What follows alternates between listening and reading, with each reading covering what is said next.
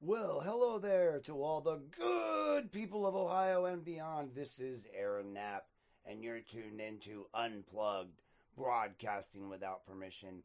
This is a place where the truth gets louder and we dig deeper, and where we always remember be lawful, not awful. If you want the full stories, the documents, the videos, and everything they don't want you to see, head on over to Aaron Knapp unplugged.com, my new home for every investigation, every episode, and every update. And while you're here, be sure to like the video, follow the page, and hit subscribe, and share this with someone who needs the truth. We're building something real here. We're building something fearless, and we're doing it together. Welcome to Unplugged. Let's kick this thing off. Plug with Nap. Yeah, we cut through the noise. No script, no leash, no polished decoys. Broadcasting without permission. We don't ask. We lift the curtain and we drop the mask. Unplug with Nap. Yeah, we cut through the noise. No script, no leash, no polished decoys. Broadcasting without permission. We don't ask. We lift the curtain and we drop. Good morning there, Lorain City, Lorain County, and beyond. Hey, Aaron Knapp here. We've got a special podcast for you tonight. Folks, it's good to meet you this afternoon. Well, I should say this afternoon. I was going to do this morning, last night, but got a little tied up. So, right now, what we have is the revolution and the collapse of trust. This is going to be an investigative narrative, and we're going to get this thing started this morning. You're listening to Unplugged with Aaron Knapp. Now, this is not my normal episode. This is not a story about one scandal or one ticketing program or one judge or one police chief. This is the beginning of a reckoning, folks, because for the first time in years, Lorain's entire system of government is being forced to answer for something bigger than politics, folks. Bigger than personalities, bigger than the usual excuses. We are confronting the reality that for more than a decade, this city has built a machine that punishes first and asks questions later. A machine that bends the law when it actually is convenient and ignores it when it's inconvenient. And a machine that treats accountability as optional and transparency as a threat. And it all collapsed because of a parking ticket, folks.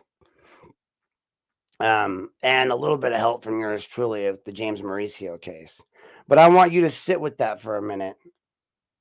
Just not a murder investigation, not a public corruption trial, not an FBI raid, not a parking ticket. Not an FBI raid, but a parking ticket, right? A $25 citation that would be a mild annoyance to any other Ohio city turned into a criminal summons here in Lorain. A summons that, when signed by someone who is not a police officer, not certified, not authorized under the Ohio Revised Code, not legally allowed to issue anything with criminal consequences. And yet, the moment the signature hit the paper, the entire weight of the Lorain Municipal Court came crashing down on ordinary citizens and people. People were getting license suspensions, fines, reinstatement fees, collection actions, court dates, they never even knew existed, a judicial process that operated as if everything was perfectly valid, right? Well, none of it was valid, folks. None of it. The auxiliary volunteers, they have zero authority under RC 109.77. They are not police officers under RC 2935.01. They cannot issue summons under Criminal Rule 4. They can't swear complaints under Criminal Rule 3. They can't detain under RC 2935.03. They can't compel identification under RC 2921.29. They can't initiate criminal cases, period. Not at all. But they did for years. Well, listen until Mark Puentes came along. They signed summonses in uniform. They directed traffic at City Hall. They questioned citizens trying to enter public meetings. They told people where they could stand, sit, walk. They made themselves the face of municipal authority, and the city let it happen. Garen Petty A citizen even told me once he had his medications searched. The court processed every case like it came from a sworn officer too. That's the problem. And here's the part that's going to haunt Lorraine for decades. Okay. The judges knew the law. The police administrators, they knew the law. The law department, well, all right. It might be arguable that they didn't know the law because the law department is kind of dumb. But they were supposed to know the law too. City council knew enough to ask questions, but never did. Now, this whole thing blew open. Instead of taking responsibility, right? Instead of telling the truth, instead of correcting the harm, the reaction was denial, deflection, the same tired line that Lorraine residents hear every time the government gets caught. We don't know. We didn't know. But I swear, like, these people couldn't, when I think they couldn't get any more, like, vain, stupid, or beyond belief, comes this quote. And it's a line that's going to define this era of the Lorraine government, in my opinion. Judge Mihawk, he's sitting on the bench, right? We're going to lift this up a little bit. Sorry if it's noisy. And talking openly about the financial motives, right? He says, traffic and parking tickets are a moneymaker, so we enforce tickets. Okay, I feel you. I feel you. Now, not justice, right? Not fairness. We're talking about not due process.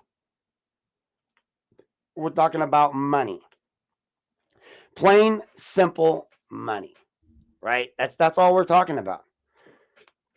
You have a judge admitting in his own words on the record that the purpose of this system, the broken system that has suspended hundreds of people illegally, was revenue, money. That's where Mark Puentes' reporting comes in from the Marshall Project, right? And it becomes essential because Puentes did not just cover Lorraine. He documented this nationwide. He's seen judges and cities treating citations as financial lifelines, squeezing the public to fund their operations and ignoring the law when it got in the way of collections. His reporting exposed towns where people have been jailed over fines, where courts ran like cash registers, where revenue mattered more than rights. And the moment I read this Lorraine story, everything snapped into place, right? I saw everything.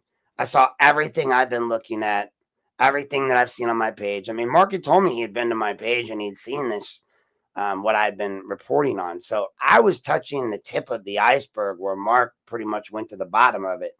And the moment I knew that this wasn't a mistake, that this wasn't confusion, this wasn't some clerical oversight. Oh, my bad, I just kind of forgot. This was a system doing exactly what it had been built to do. A municipal court system that had been built upon the backs of the people, built upon the money of the people, of the poor people of Lorraine. When Judge Mihawk said parking enforcement is a money maker, he wasn't joking. He was explaining the operational philosophy of the municipal court in Lorraine.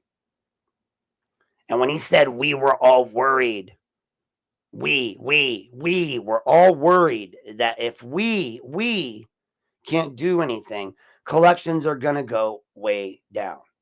He was giving the motive behind the unlawful suspensions right then and there, that a defective summons is. And the court's refusal to take notice of, well, I don't know what every single person could see, that the auxiliary officer signing criminal summonses is illegal. It always has been and always will be. Some people are out there questioning that. They're like, well, hey, we have this going on and that going on. I'm like, listen, folks, I get it, but no, this is the way it's always been. And now the system and everybody there wants to be all surprised. Oh, shit. Like, what has happened? I'm shocked. Well, but now the mayor wants to pretend he didn't know. Now the law director wants to insist, hey, everything was fine, right? Council members are going to feign shock that Lorraine criminalized parking violations when Cleveland, Columbus, Akron, Dayton, Toledo, I don't know, the entire friggin' state treats parking as a civil matter. This is what some other guy was arguing in the main Lorraine page. He said they're saying, well, other cities do that, Cincinnati, all these. Yes, they do, because they're civil tickets. You can have a meter maid with no cop power. Anybody with no cop power can write a civil matter ticket, right? And that's what every other state in Ohio, every other city in Ohio does. But if you go back through this podcast and through every investigation I've done, you'll notice the same names, the same failures, and the same patterns over and over and over and over again, folks. Chief McCann suppressing public records, retaliating against critics, using his badge as a political weapon, and then retiring on a full pay while internal affairs cases were still open. Yeah, okay, that wasn't preferential. Safety Service Director Ray Carrion yelling at residents, mishandling ADA accommodations, refusing to fix basic procedural issues in the city is threatened with legal action. Mayor Jack Bradley, as they like to call him, insisting that everything is fine when the evidence shows the opposite. Whether it's retaliation inside the police department, misinformation to the public, or the city's handling of officer misconduct, Rivera, Palmer, McCann, Middlebrooks, all these cases, either it's too much or not enough or too little, In Middlebrooks' case, you guys went overboard.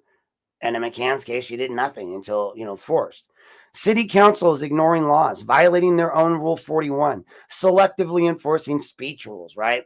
Ejecting citizens for criticism, treating transparency as if it's an inconvenience, right? Nobody cares. Lieutenants and administrators are coordinating narratives behind the scenes to protect themselves from accountability. We have the emails, folks. That's what they did. These aren't separate scandals. These are chapters of the same goddamn book. A book that says, in Lorraine, law is optional. In Lorraine, transparency is treated like a threat. In Lorraine, accountability only happens when the public forces it. And by the public, I mean usually me. And the parking ticket scandal is the perfect example because it intersects every part of the system. The police who let volunteers perform police activities and duties. The clerk who never sent proper service, right? You just reelected him. The judges who accepted and continue to accept void cases. The law department that never reviewed the legality of the system. The city officials who never questioned the process. The BMV suspending licenses based on invalid summonses. The residents who paid the money that they were never, who paid money they were never owed. Or they never owed, I'm sorry. The families who suffered consequences they didn't deserve. And while this all was happening, the same government was pushing a new law, this weapons ordinance, Ordinance 160-25. I think it's a redefining of 549, the criminalizing of explosives so broadly that it includes lawful devices, tools, and potentially even certain fireworks. Indirect violation, I might add, of revised code, Ohio Revised Code 9.68, which preempts all municipal firearms and weapons regulations. So the state's already decided you can't do that. I saw it from the second. You guys claimed you had 4 law degrees, doctorates working on this, and you couldn't figure that out. The same city that couldn't follow basic criminal procedure, literally the same city that couldn't follow basic criminal procedure is now trying to pass constitutionally defective weapons laws while simultaneously defending its parking scandal in the press. If that's not Lorraine City in a freaking nutshell, I don't know what is. Well, and guess what? Later on today, we're going to file suit because somebody has to tell Lorraine the truth. Somebody has to force the law back into a system that has abandoned it. Somebody has to stand up when the government forgets that it works for the people. Today, here on this podcast, we're going to walk through all of it, right? The summonses, the judges, the retaliation, the public records violations, the auxiliary misuse, the city's political spin, the firearms case, and the collapse of the trust that has brought us to this moment, right? This is Unplugged. This is Lorraine. And this is what happens when a city stops following the law and starts following its own convenience, folks. So we're going to take a quick break here, and we're going to get right back into it with the second part of this podcast here shortly. In the meantime, please sit back and listen to a word from some of our sponsors.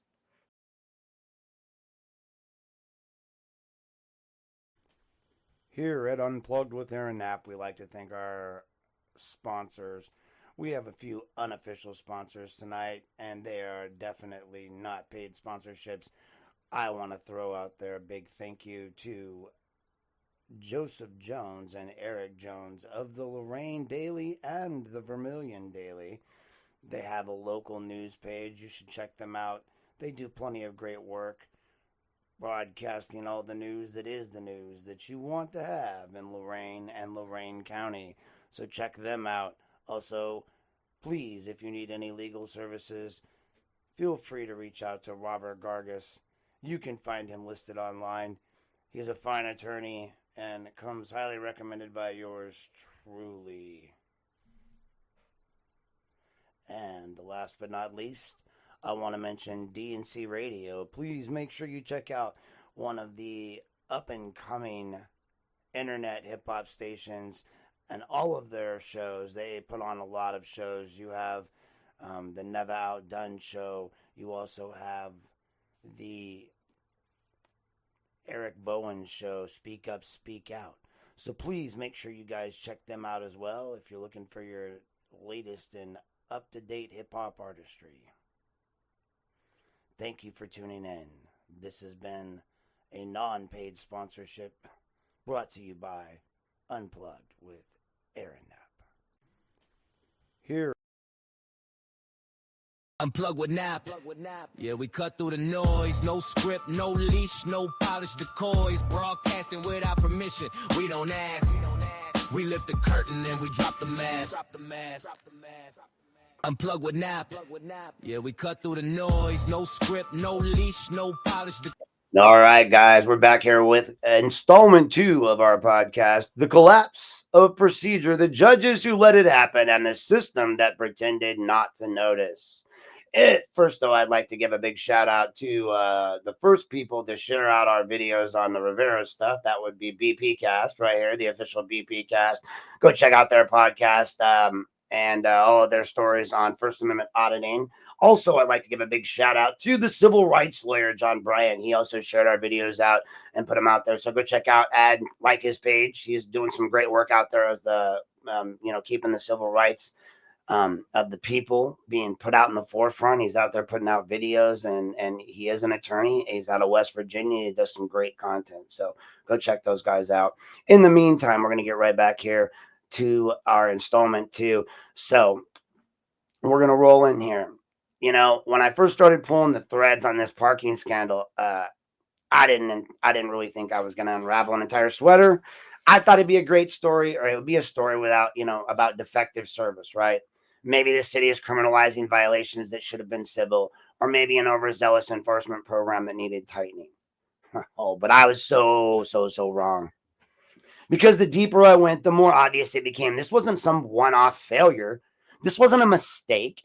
This wasn't an oversight. This was a method, a pattern, a culture, a government so used to skipping legal steps that it no longer even recognized what the steps were. This brings us to the courts, the municipal courts, the very place where the rules are supposed to mean something, right? Anything. Let's talk about Judge Elwell first. Judge Elwell is the one who, when confronted with the fact that the summonses were defective, he didn't deny it. He didn't argue it. He didn't claim confusion. He admitted it. He acknowledged the signature was a problem. He acknowledged the auxiliary volunteers weren't legally authorized. He acknowledged the defect existed, right? And then he accepted plea deals anyway. First day he didn't, but this week he has been. He has moved the cases forward anyway, okay? He treated the summonses as if they were legitimate anyway. This is not a misunderstanding. It's a conscious judicial choice that's documented in the newspaper now. And you had people that were going in beforehand that thought they were going to get theirs dismissed, who didn't have attorneys present, who didn't have any legal advice, who believes that the judge's, process is legal and has every reason to trust the judge. And in reality, it's a sham. Under Ohio law, once the judge recognizes a judicial defect, that case has to stop. Period. There is no discretion, people. There's no workaround. There's no, but the city meant well. Jurisdiction is not a suggestion. It's literally the foundation of every legal action. Without jurisdiction, the court cannot hear a case. It cannot accept a plea. It cannot impose a fine. It cannot suspend a license. And yet court kept doing all of it. That's what they were doing. So now let's slide on over, my treat of the month, Judge Mihawk, who obviously I don't even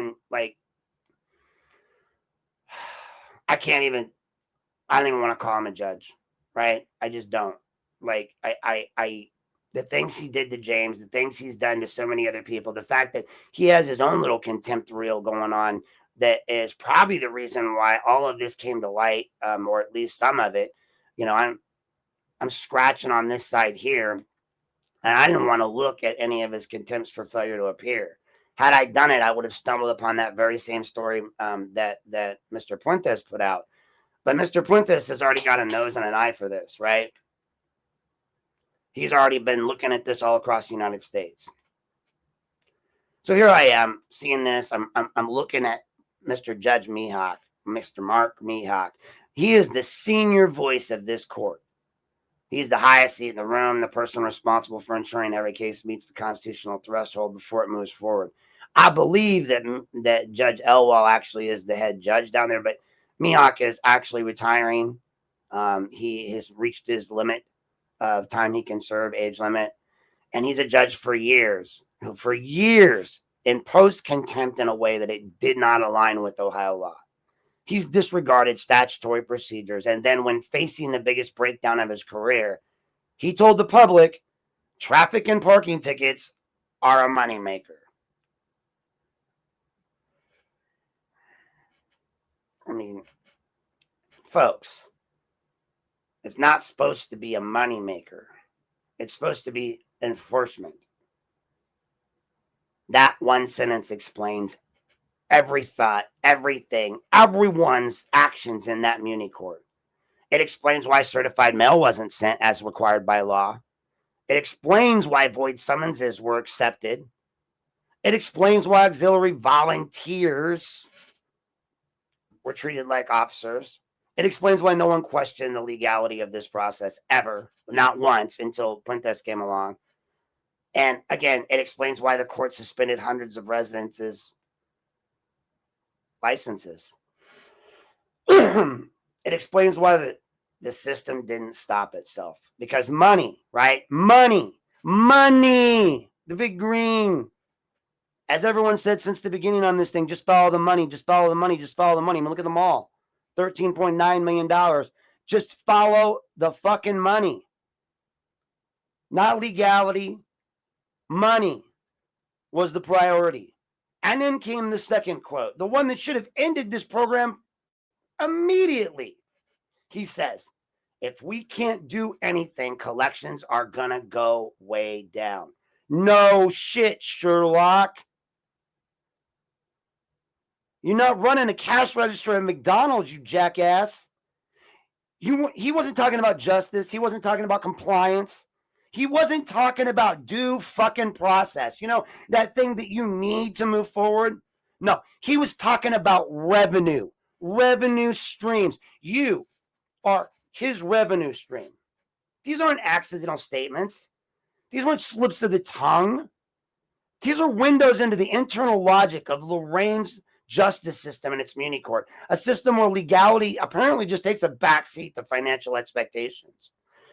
A system where judges talk openly to the newspaper about revenue loss, but never talk about due process. A system where residents are treated like a paycheck, not people.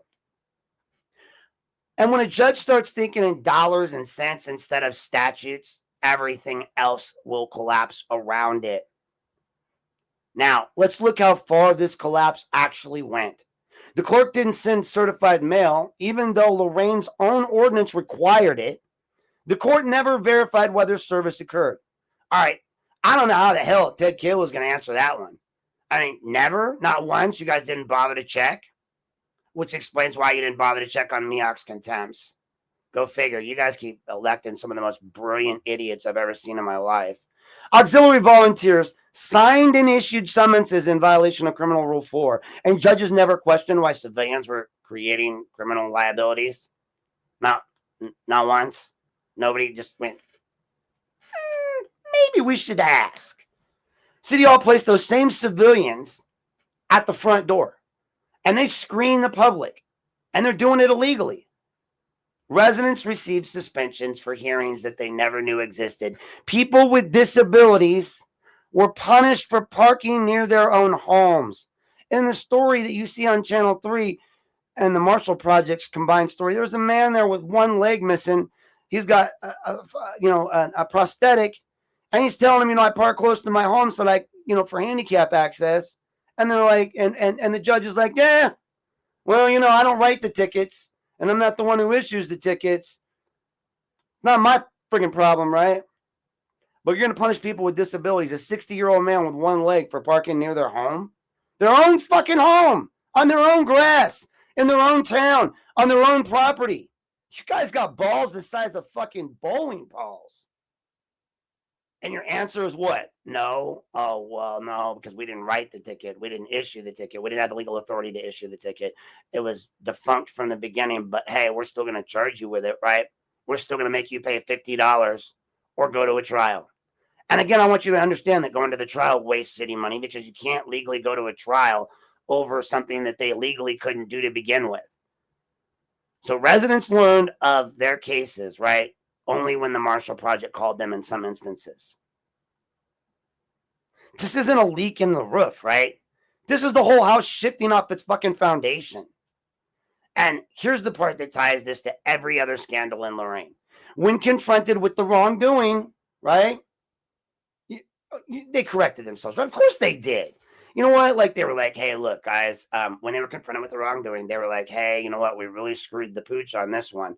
I know we dropped the ball on McCann. I know we dropped the ball on Rivera. I know we dropped the ball on Palmer. I know we dropped the ball on everything we've ever done. I know we dropped every ball ever.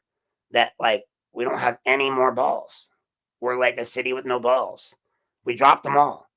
But we're sorry on this one. We really screwed you guys over. We let our auxiliary officers break the law. We let them impersonate police officers, which is a crime.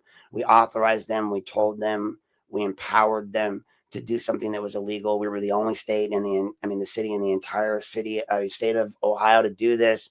And we screwed up. We're really, really, really, really sorry. We're going to refund all the money and we're going to make this right, right? They said that, right? Of course, that's what they said, right? Right? Right. Oh, wait, no. I forgot. This is Lorain, right? When they were confronted with the wrongdoing, they didn't correct themselves. They denied. They minimized. They retaliated. They misled the public. They spun narratives. They hid records. They blamed others. They claim ignorance. They pretend the law is confusing. Woo! Judges have insisted, they have insisted that this was all a big misunderstanding, right? And it's not a systematic failure from the top down, right?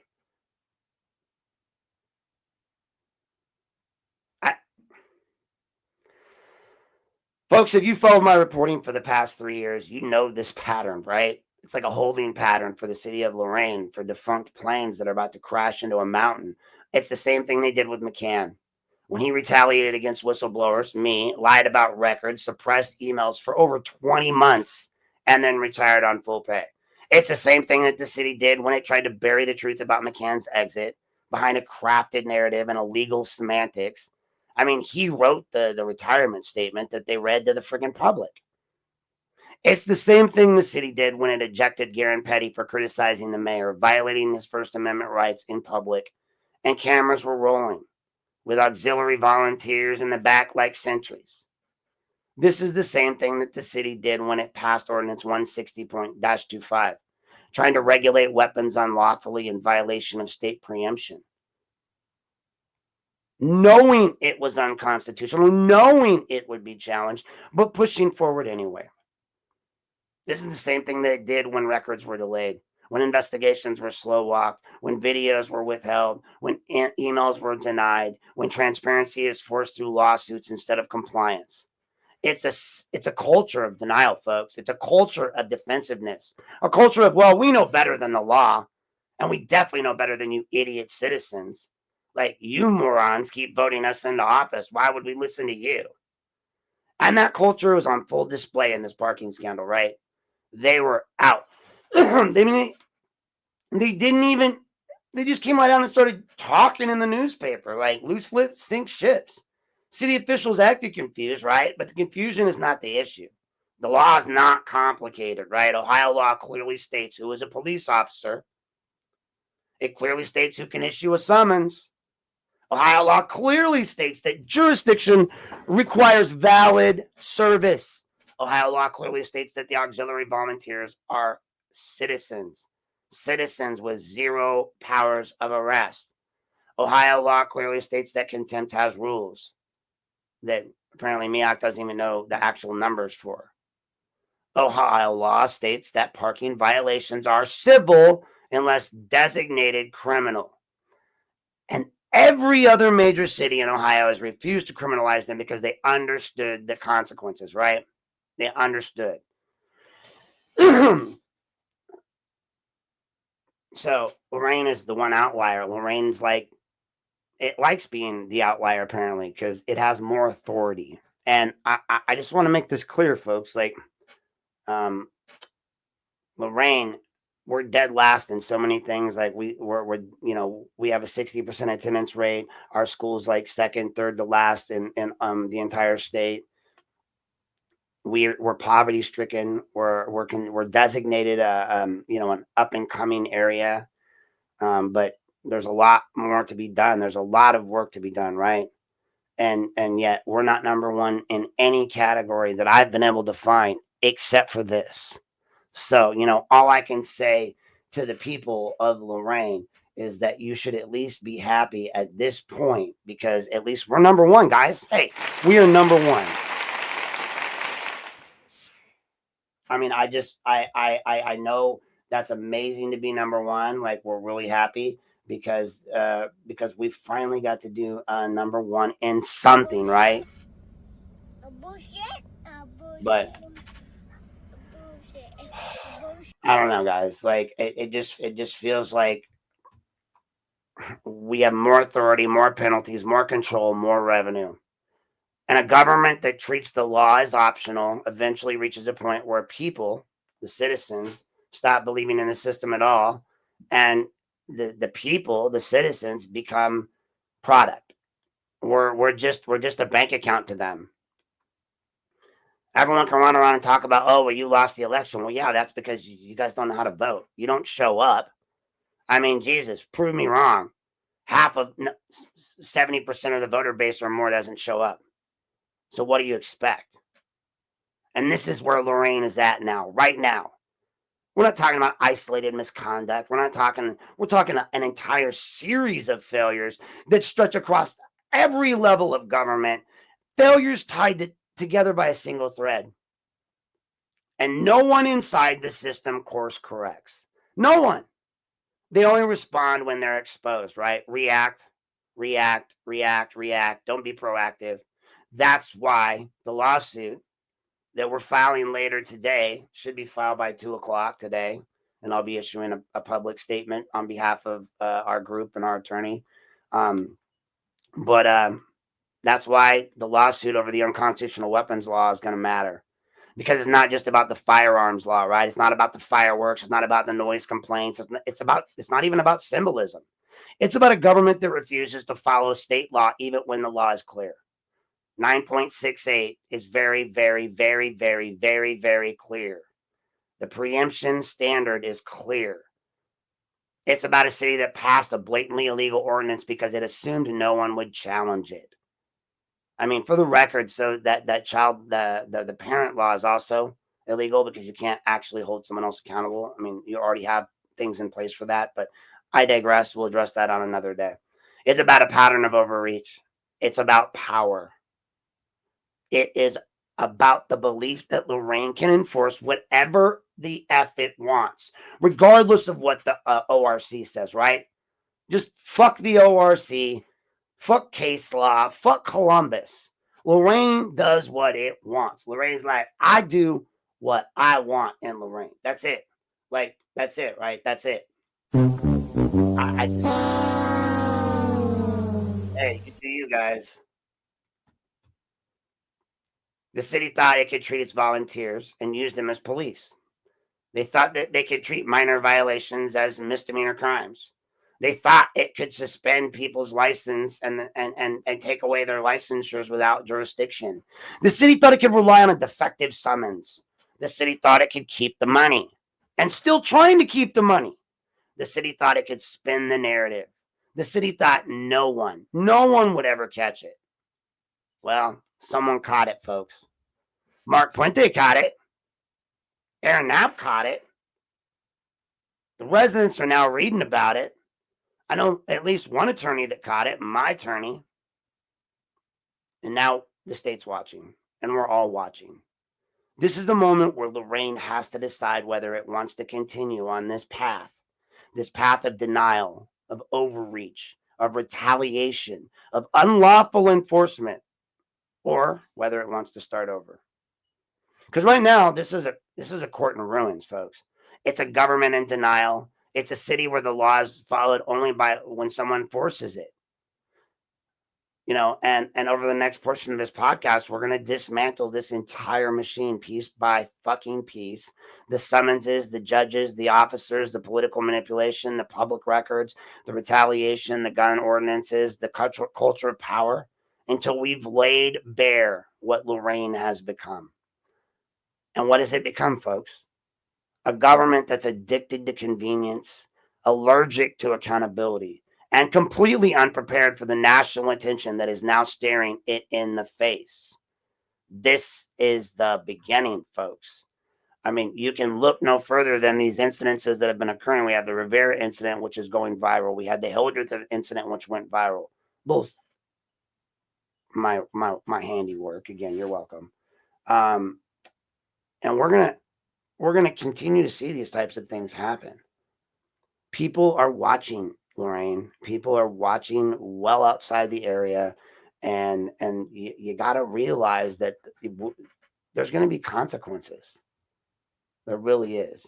So that brings us to our next break. We're going to take a quick break, folks. So please stay tuned, and we'll be back for the next part of our expose here. So stay tuned, folks. This is Unplugged with Aaron Knapp.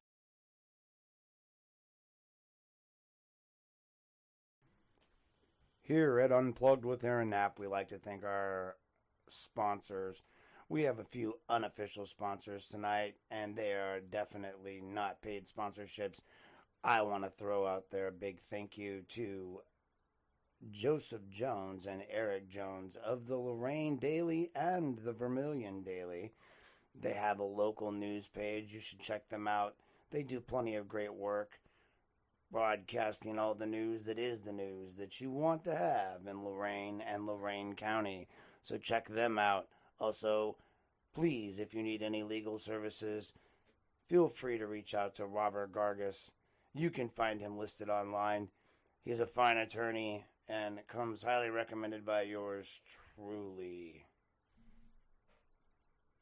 And last but not least, I want to mention DNC Radio. Please make sure you check out one of the up-and-coming internet hip-hop stations and all of their shows. They put on a lot of shows. You have the Never Outdone show. You also have the Eric Bowen show, Speak Up, Speak Out. So please make sure you guys check them out as well if you're looking for your latest and up-to-date hip-hop artistry. Thank you. Unplug with Knapp. Yeah, we cut through the noise. No script, no leash, no polished decoys. Broadcasting without permission. We don't ask.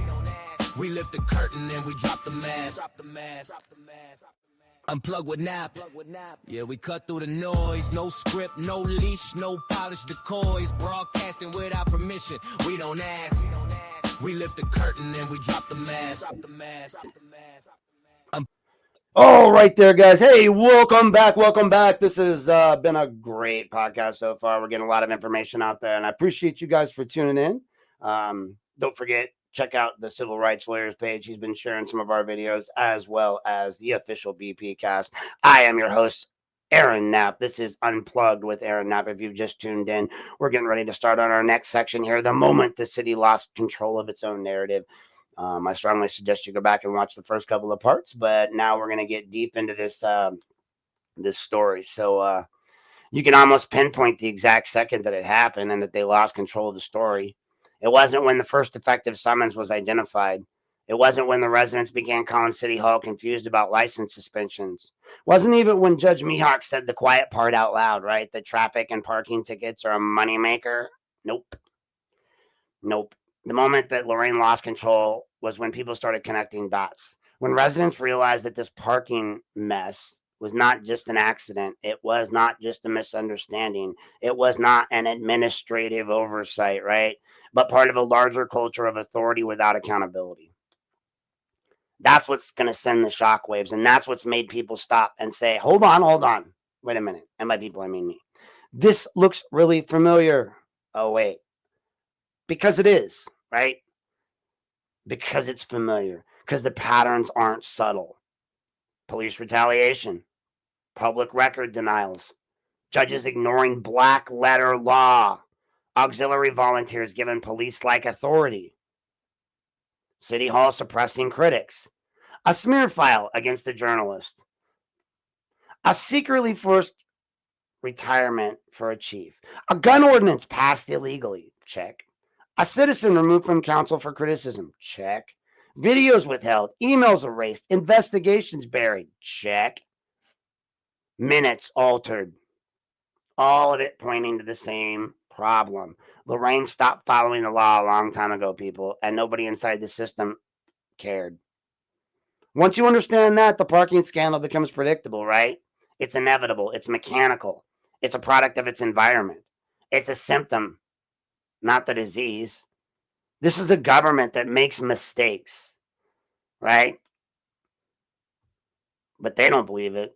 It's not a government that makes mistakes. It's a government that repeats them over and over and over and over again. It's a government that rewards them, a government that denies them until denial becomes absolutely impossible. Deny, and pray to God that they die, as they say in the Army when the VA getting medical ratings. And you can trace that right back to the people who run the government, right? Those are the power players. These are the quotes that define this culture. Let's go person to person using only quotes that are already published on the record in my articles, right? And because the culture of Lorraine's not a mystery, they've told us who they are. Judge Mark Mihawk. Traffic and parking tickets are a moneymaker. We were all worried if we can't do anything, collections are going to go way down. Our conclusion was the state didn't amend that section, and we can still do it. This was not judicial reasoning, folks, right? This literally was not, revenue reasoning. Yeah, actually, it kind of was, huh? It was revenue reasoning. This is a judge treating the Ohio Revised Code like a suggestion. So when the city suspended people based on invalid summonses, their licenses, right? Mihawk said he was unaware that these auxiliary officers, sorry about that, couldn't issue them. You were unaware, bro? Unaware. Let that sink in, folks. He says, I'm unaware, right? I'm unaware. I just, you want me to believe that you're completely unaware? No. After 30 years on the bench, After 30 fucking years on the bench, you want me to believe that you were just unaware? Emotional damage. No. Emotional damage. There's zero chance that I am going to ever, ever believe that load of horse shit from a judge who sat on the bench for 30 years. I have this to say. A bullshit, a bullshit, a bullshit, a bullshit, a bullshit, a bullshit, a bullshit. Next, we move on to someone whose name doesn't make the headlines, but his role is very critical.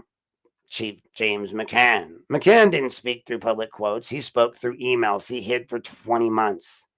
Emails in which he told you your professional, he told me my professional license that board. He told my professional licensing board, that I was unstable, quote, unhinged, misrepresenting credentials, that he had concerns about my mental health, all because I criticized his department and he didn't like it. He denied the emails existed, as did every other person in the city, including the lawyer Levesque, who lied to my face in multiple emails in multiple places and multiple times until the city was literally forced by me to release them. McCann's own words to my board were, I felt compelled to notify you about Mr. Knapp.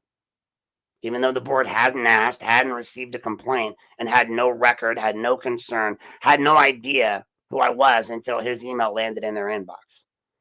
This wasn't just retaliation, folks. It was weaponizing a licensing process. That's actually illegal. There's a code for it, right? I could spend hours quoting James McCann. I've got so many great ones.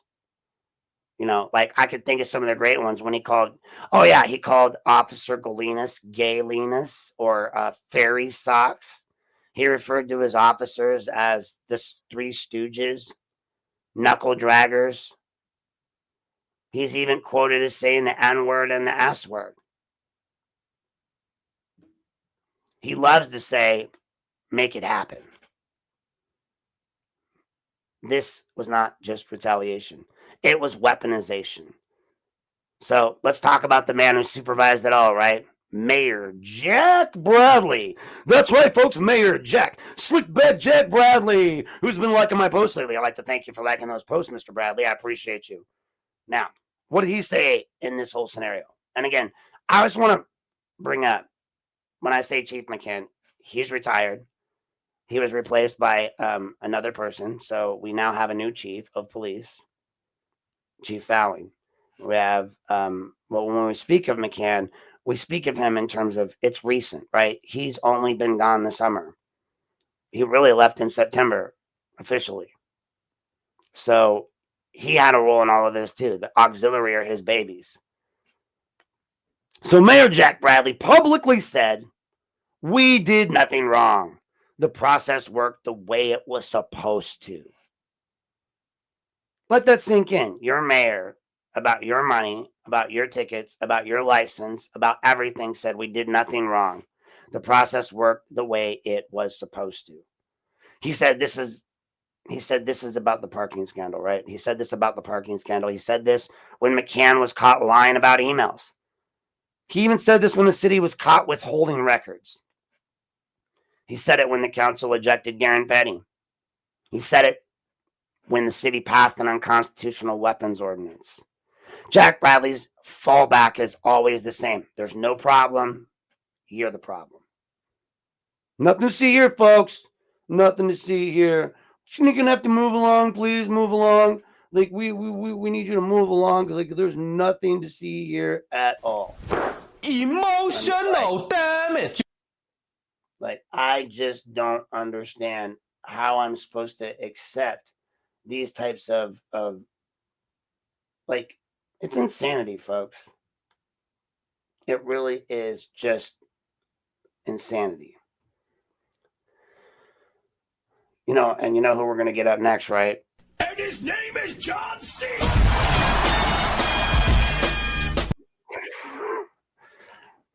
The enforcer, Ray Carrion. That's right. Not really. We're not going to bring up Mr. Cena. Ray Carrion, our safety service director, the man, the myth, the legend, the raging bull. Mr. Carrion, our safety service director, is the person who signs the denials, the person who speaks for the city when the cameras are off and when they're on, the one who enforces the culture. I published his quotes repeatedly, right? He said things like, "We've complied with the law. There are no records responsive to your request. We cannot provide that information at this time. We acted appropriately." Each one's a deflection. Each one's a shield. Each one's part of a narrative structure designed to protect this system, not the public, right? They don't even want to let you into their city hall. Like they are city hall. They are in their little gilded tower hiding from us behind those auxiliary officers and the police.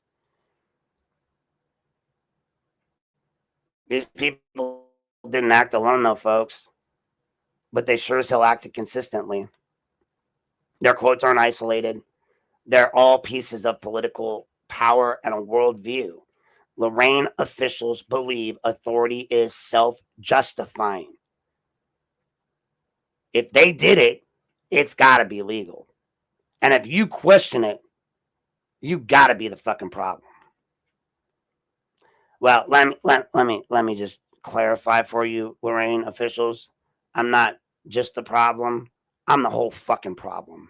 And I'm going to continue to be it until you start being legal. Get in compliance, folks. That's all you got to do. Get in compliance.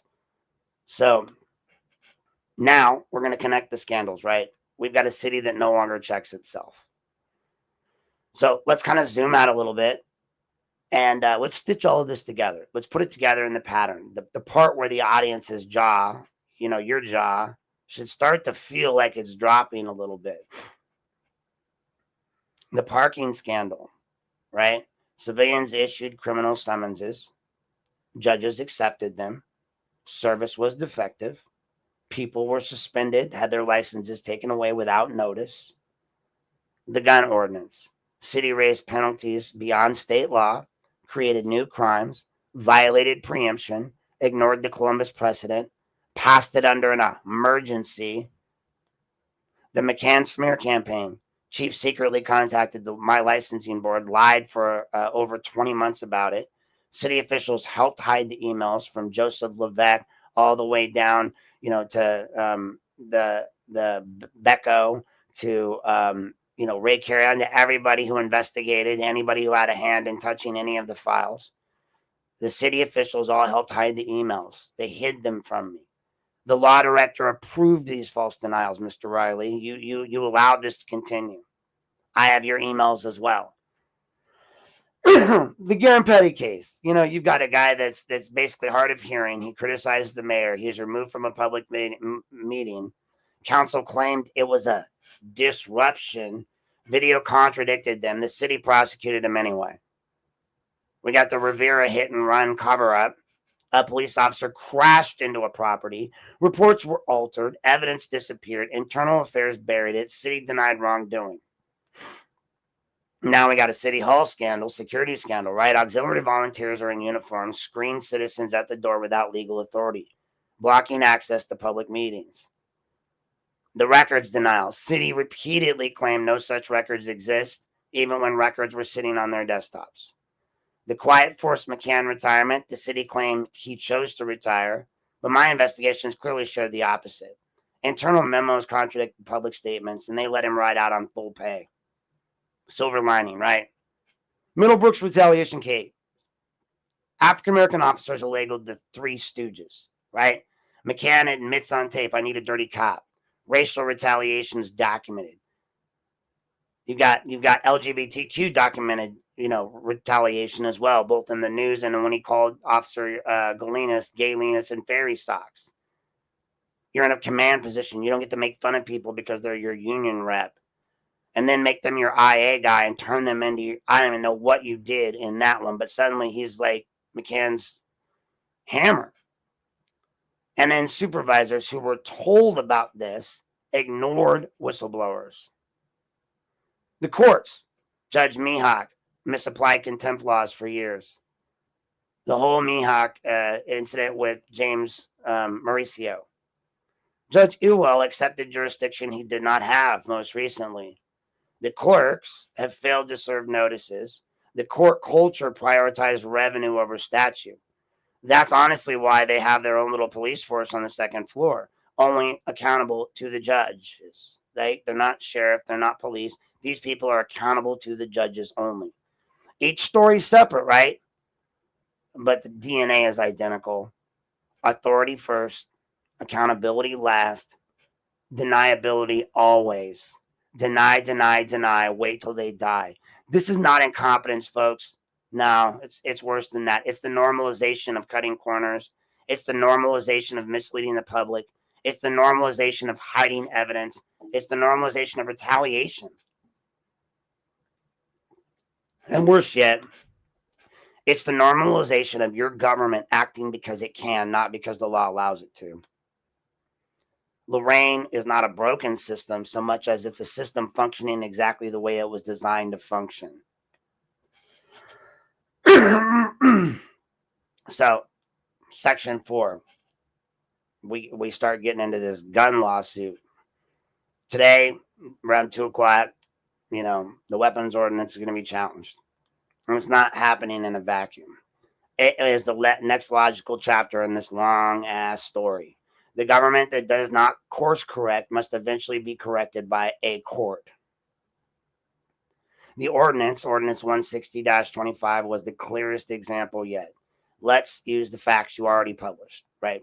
Or you've already seen published, from the Chronicle and other people, stuff that I published. If you watch the videos, you'll know, right? You'll seen all this. So the city escalated the weapons offenses beyond state penalties. They rewrote entire sections of Chapter 549. They criminalized bows, slingshots, and air rifles. They created new misdemeanor categories. They invoked an emergency clause to bypass scrutiny. They directly conflict with, RC 9.68. They ignored Doe v. Columbus. They ignored state preemption. They ignored concealed carry statutes. They ignored dangerous ordinance statutes. They ignored licensing authority law. And then they obnoxiously declared it all legal, right? They're like, no, I went there. I brought them paperwork. I handed out 13 copies to all of them, told them why it was illegal, told them why they were breaking the law, gave them possibilities for change. And they were all just like, nope, we're smarter than you. We got 4 doctorates here. We got the smartest law department in the entire, area. We're brilliant, right? We're amazing. We're so cool. There's no way we could fuck this up, right? It's just state law. We can't get that wrong. Like, we're lawyers. We know the law. And they declared it all legal. Just like the parking scandal. Just like the Petty case. Just like the McCann files. Just like the Rivera hit and run cover up. Just like the records denials. Just like the smear campaign. Oh, just like the contempt cases. Each one an island, but connected by the same bridge, folks. It's like the Florida Keys, man. And a city that thinks the law is something that happens to other people is where you live. This is the culture that you're seeing all around you. This is the culture that I'm trying to expose. This is the pattern that I've been documenting. This is why our community keeps getting hurt. This is why lawsuits keep piling up. This is why the narrative keeps collapsing on them. Lorain is not unlucky. It's just unfucking accountable. So we're going to take our last little section here before we move into our final segment of this podcast. So we're going to take a quick break. Again, I thank you guys for tuning in, and we'll be back here shortly. We are going to go a little bit beyond an hour today, so we have a lot to cover. So we'll be right back.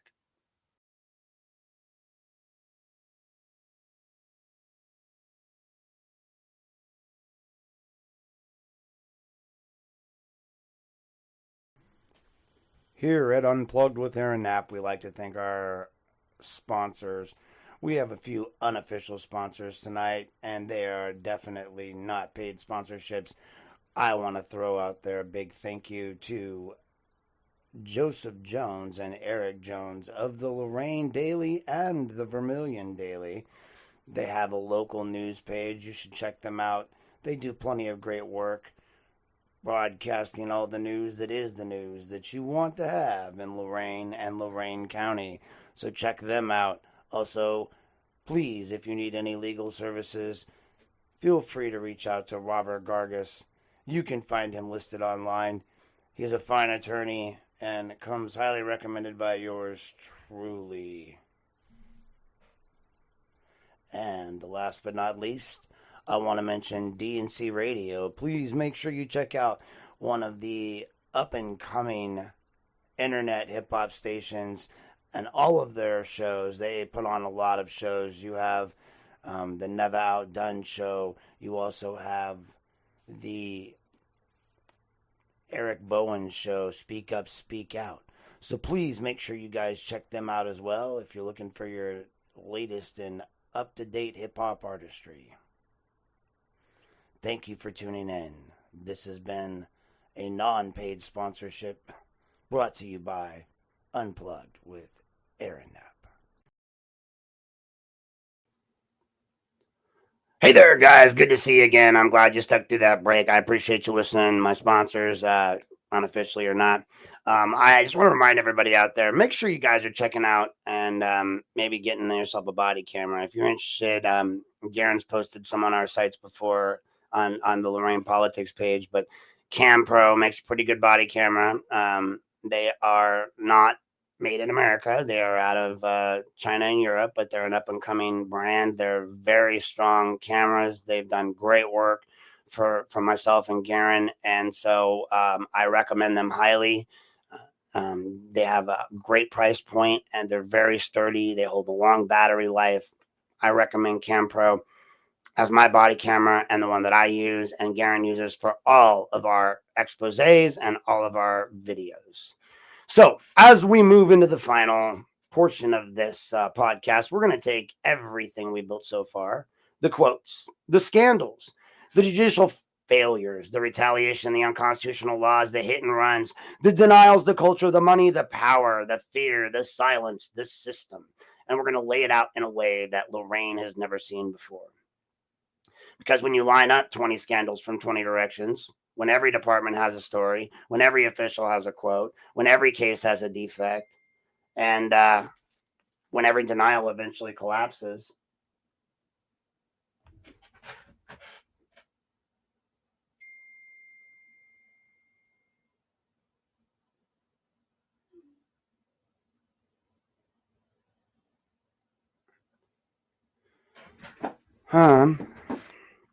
sorry, I'm getting some messages there, but when every denial eventually collapses, you're no longer describing coincidences. You're describing a government that no longer recognizes itself in the mirror. The next section is where we take this entire story. It is to expose the core truth. Lorain is not broken. Lorain is built this way. The only thing that stops a government built on silence is someone who is willing to break it. And closing the system that tries to erase critics is the only way to do it. Somewhere along the line in Lorain, it stopped being enough for the government to simply do its job poorly. They started punishing anyone who pointed it out. You heard the right story tonight. Today, the auxiliary scandal, the void summonses, the hundreds of suspended licenses, the defective service failures, the judges who pretended they didn't know the law, the revenue-driven enforcement practices. You've heard the pattern of silencing, the retaliation, the closed doors, the gaslighting. But the truth is, all of this fits into something deeper, something ongoing, something that has been building for years. Lorain has become a city where the government doesn't just fail at accountability. It actively tries to eliminate these people, any people who demand it. I know that because I'm one of them. It's not about my ego or victimhood. This is the reality of what the government does to anyone who refuses to sit quietly. Every major scandal you've heard of on this show, Rivera, the Middlebrooks racism case, the auxiliary program, the petty case, the parking suspensions, the smear file, the weapons ordinance deception, has come from a side plot. The city reacts not by fixing the problem, but by trying to remove the people exposing it. Look at the sheer number of times that the system has tried to push me out of the way. Chief McCann secretly emailed my licensing board. The law department hid the emails for 20 months. Volunteers at City Hall in the past have treated me like a threat. Selective enforcement of IDs and screening at meetings. coordinated Facebook attacks from political insiders, false claims of instability, harassment, and criminality, council members telling others privately that I need to be stopped. Every single time I produce evidence contradicting this narrative, the attacks intensify. Every single time the truth gets closer, the retaliation has been sharpened. And the deeper I dig, the clearer this pattern continues to become. This is a government that punishes exposure, not misconduct, folks. You know, when Carry On snapped on me that day, you know, that's that one moment I really want to talk about, because it tells the whole story in a few seconds of sound. You've heard me describe how Safety Service Director, you know, Ray Carry On called me and yelled at me in City Hall. Not debated, not discussed, yelled, right? Wasn't a disagreement, wasn't a misunderstanding. This was the second time he snapped on me. I filed an ADA accommodation request because after being yelled at by a high-ranking official when I was dealing with PTSD, I'm not going to pretend it was acceptable. I want some separation. I want safety. I want respect. And then the audio surfaced, or rather I surfaced it, showing exactly how Carry On speaks to residents who dare challenge him, right? Like, he made it very clear that he is in charge. Down to all of our departments and assure that as part of our regular checklist that we have for many projects, that we can visit this. This is not a common area because we typically don't waive fees. So it's one of those areas that we'll revisit here as we move along. Thank you, Mr. Carry On. Say something? Then why are we? Say something? Then why are we? You want to get an attitude? You work for me, Carry On. Yeah, get it. Do it. Mr. Knapp, let's have it. No, your employee is addressing me, sir. No. Excuse me, President Arredondo. You better calm down, bro. President Arredondo.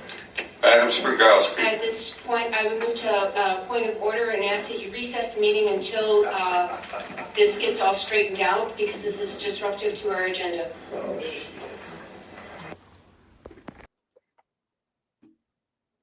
And if you listen, and if you're hearing it for the first time tonight, or today, I should say, understand this context. That wasn't sarcasm. It wasn't curiosity. That was the tone of a man accustomed to authority, very unused to being questioned, irritated that residents had the courage to stand their ground against him when he addressed me. When a safety service director talks like that to a resident, it's not a personality issue. It's an institutional one. It's arrogance born from a system that believes it answers to no one. You know, I just want to point out, as I have, that per the city rules, per city council rules, per state law, per everything, Robert's rules, all of that. You can go over here to Robert's rules even, like, and get into that. And I can tell you that when we talk about Robert's rules, and we talk about the council, when we talk about what people are doing, what they're doing is not legal. They're not allowed to address me. I'm not a member of the floor. I was talking to someone else. I was not addressing Mr. Carry On. He was addressing me. And I have turned in an ADA accommodation request, which by law they were supposed to respond to in 2 weeks. And it's been, I don't know, it feels like a year, because it was back when Mr. Baez was still holding the seat. And I'd asked him not to yell at me because Joel has a bad habit of doing that, telling me to sit down, bossing me around. I don't know, kind of like you heard tonight. Cease, all this. He doesn't tell Mr. Carry On to cease, right? He doesn't even realize it's going on. But compare that to how city, you know, the city officials treat, compare how the city officials treat, you know, Carry On versus how they treat people like Karen Petty. When Petty spoke during a public meeting at a distance, without threat, without touching anyone, after the meeting ended, he was charged with multiple crimes: disorderly conduct, aggravated trespass, menacing, intimidation of a public servant. And do you know that who forced that case forward? At the time, Mr. Lieutenant Jacob Morris, the same officer who later brought me the evidence and handed it to me in the front of my house, because the chief told me to give it to you, and he knew what I would do with it. Those were the quotes. Morse pushed Petty's case to the brink of prosecution. Well, he took it to prosecution because the city council wanted a critic removed. And they did prosecute him. Now compare that to what happened when I reported Carry-On's outburst, right? I'm still waiting on an answer. I didn't get a make it happen next day answer. I didn't get an immediate investigation. I've had to wait my turn. So I'm waiting my turn. I've asked the same system that brought the disorderly charges against him to bring it against Carry-On. I've asked for accountability and I've asked for equality under the law. So far, nothing's happened.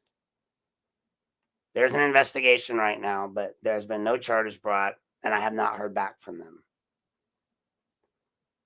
So we'll see if they do something, but if we go off the Lorraine standard, it's if you criticize the government, you're going to be prosecuted, not the other way around. If the government attacks you, nothing's going to happen, right? And it didn't stop there, folks. Fast forward to this year, you got Brianna Dull, you got the clerk of council. She altered those official minutes from that very statement where you hear Ray saying these things, specifically removing language that would have documented the misconduct and protected a citizen's rights under the Open Meetings Act. In Lorraine, altering minutes is not a typo, it's a crime. Under ORC 121.22 and ORC 2921.12, tampering with public records, falsifying government documents, or altering minutes without approval is a felony. But when I demanded accountability, I should say, when I asked for charges just like those to be levied that were levied against Petty, I'm still waiting to hear back from the city. So again, nothing, silence, total blackout. They refuse to apply the law to themselves. They refuse to treat their own conduct as criminal, even when the statute leaves no room for interpretation. And once again, the pattern holds. So the law is a weapon for insiders and a punishment for outsiders. And that brings us to Mayor Jack Bradley. The moment I captured, and you're about to hear it, tells you everything you need to know about his leadership. When confronted about one of these scandals,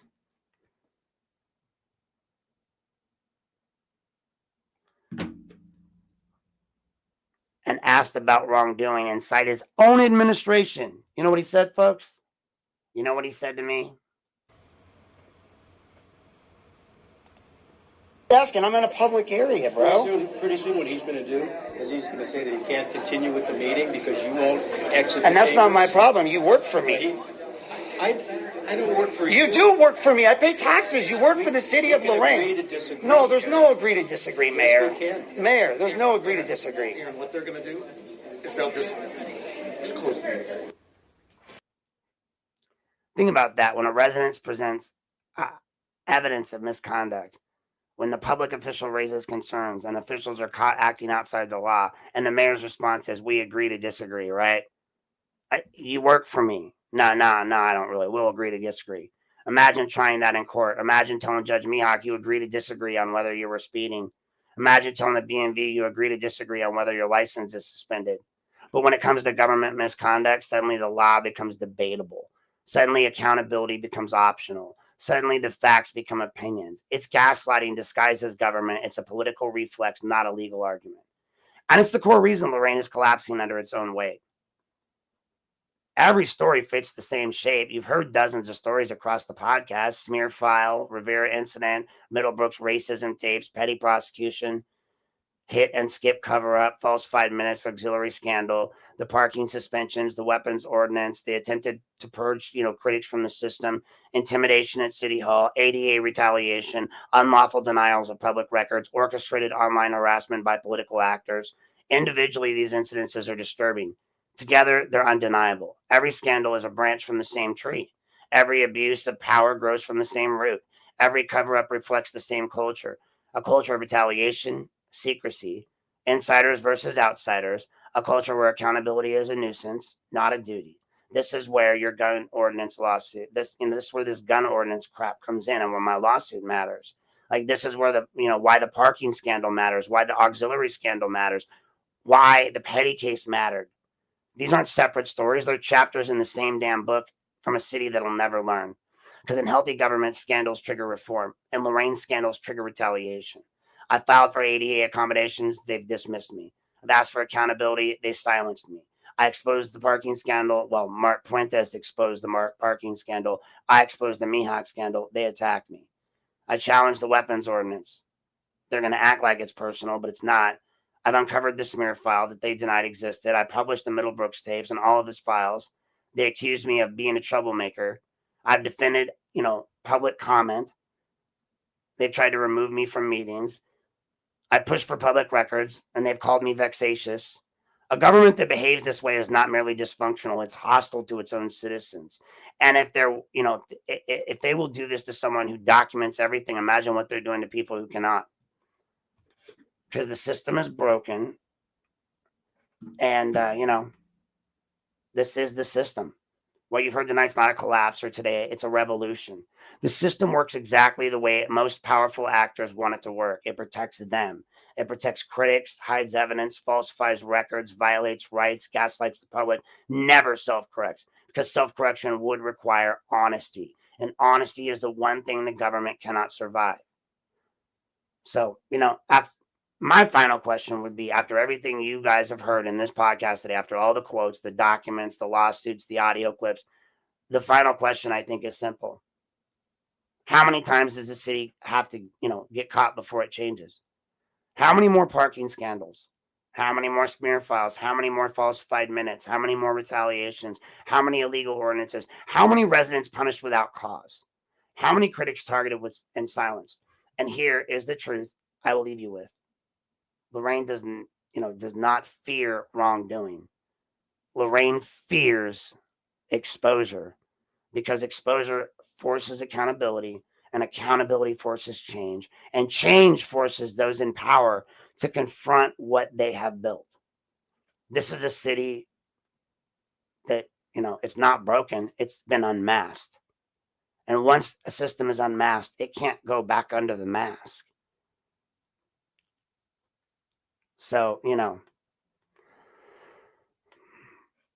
then this is where we're going to leave this chapter tonight. Not because the story's finished, not because accountability has arrived, not because the system suddenly woke up and decided to correct itself. We stop here because this is at this point where the public now knows the truth. And once the truth is public, the responsibility shifts away from the shadows, away from the whispers, away from the selective enforcement and the political protection, and into the community, to you folks that has the right to judge its own government. All of you. What happened in Lorraine is not a mistake. It's not an isolated pattern. It's a structure, a culture. It's a natural outcome of government that has been spent years perfecting the art of avoiding accountability while punishing those who pursue it. You heard the judges. You heard the administrators. You heard the insiders. You've seen the documents. You've seen their contradictions.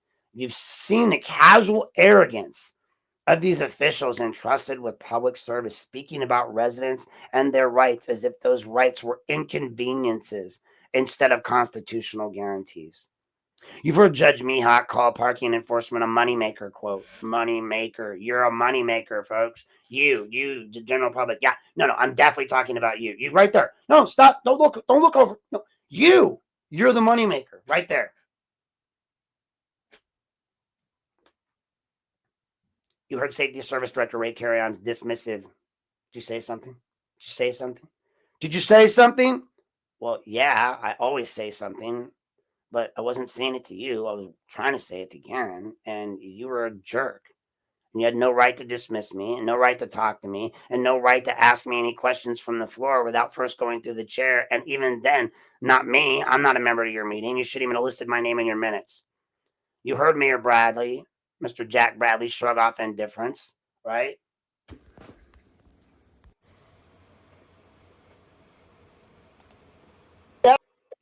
I'm not even going to replay it for you. You know what he said. You saw how they've altered the minutes. You saw the file that they've hid away for 20 months. Put them all out there. You've seen the city lawyer deny records that they know existed. You've seen the retaliation, the pattern. This is not a government that's lost control. This is a government that fears losing control of the narrative, of the documents, of the consequences that come with the truth telling. And that's what this next chapter is going to matter so much, because while Lorraine was busy weaponizing its influence, charging its own residents, and manipulating ordinances it knew were unconstitutional, here at Lorraine Politics Unplugged, we were doing something else. I've been documenting, I've been preserving, I've been filing, I've been preparing. So today, we're filing a challenge to Lorraine's weapons ordinance, an ordinance that violates the state preemption, contradicts Ohio Revised Code, and exposes the city to another completely avoidable legal fight. An ordinance that passed knowing it would never survive judicial review. An ordinance that they are prepared to spend their tax dollars defending, not because it's lawful, but because they cannot admit it when they are wrong. We are pursuing legal action regarding the misuse of contempt authority, the unlawful collapse of jurisdiction in the parking suspension scandal, and the retaliatory conduct that targeted critics instead of correcting the problem. It's all one story, folks. Different pages, different chapters, same book, same system. A system that punishes exposure instead of wrongdoing. A system that challenges and writes ordinances it knows are illegal. And a system that treats accountability like an attack instead of a duty. So here's what comes next, folks. And I say this without hesitation, without apology. The work will continue, not because it's easy, not because it's fun, and not because it's comfortable. And because transparency is not optional, accountability is not a suggestion, and constitutional rights are not negotiable. To you folks out there watching, you deserve a government that does not fear you. You deserve a court that does not use you for revenue. You deserve public servants who serve the public, not themselves. You deserve minutes that reflect the truth, not political edits. You deserve ordinances that follow the law, not challenge it. And you deserve a system that obeys the Constitution instead of improvising it. And to all the officials listening, because we know you listen, it's not personal. It's the news. It's a public record. It's your own documentation. It's your own audio. It's your own conduct. This is your government story told by its own files. If that makes you uncomfortable, good, because accountability begins with discomfort. And if you believe the solution is silence the critics, retaliate against the journalists, alter minutes, hide emails, misuse police powers, or weaponize your ordinances, you need to understand something in plain language. You can't intimidate the truth. You will not outlast it. This was a Lorraine Politics. This was Unplugged investigative special on Lorraine's accountability crisis, a crisis years in the making, now fully exposed. My name is Aaron Christopher Knapp, BSSW and LSW, investigative journalist, analyst, and the guy who keeps hoping that they keep hoping will get tired and just go the fuck away. I'm not going anywhere, though. Not today, not tomorrow, not after the next lawsuit, not after the next document dub, not after the next hearing, not after the next attempt to silence me. It's my city, too. It's your city. Together with transparency, with evidence and persistence, we're going to rebuild the truth and they try so hard to bury. Thanks for listening. Thanks for standing with accountability. And thank you for proving tonight that sunlight still matters. We'll see you in the next episode. Remember, law enforcement, you be lawful, not awful.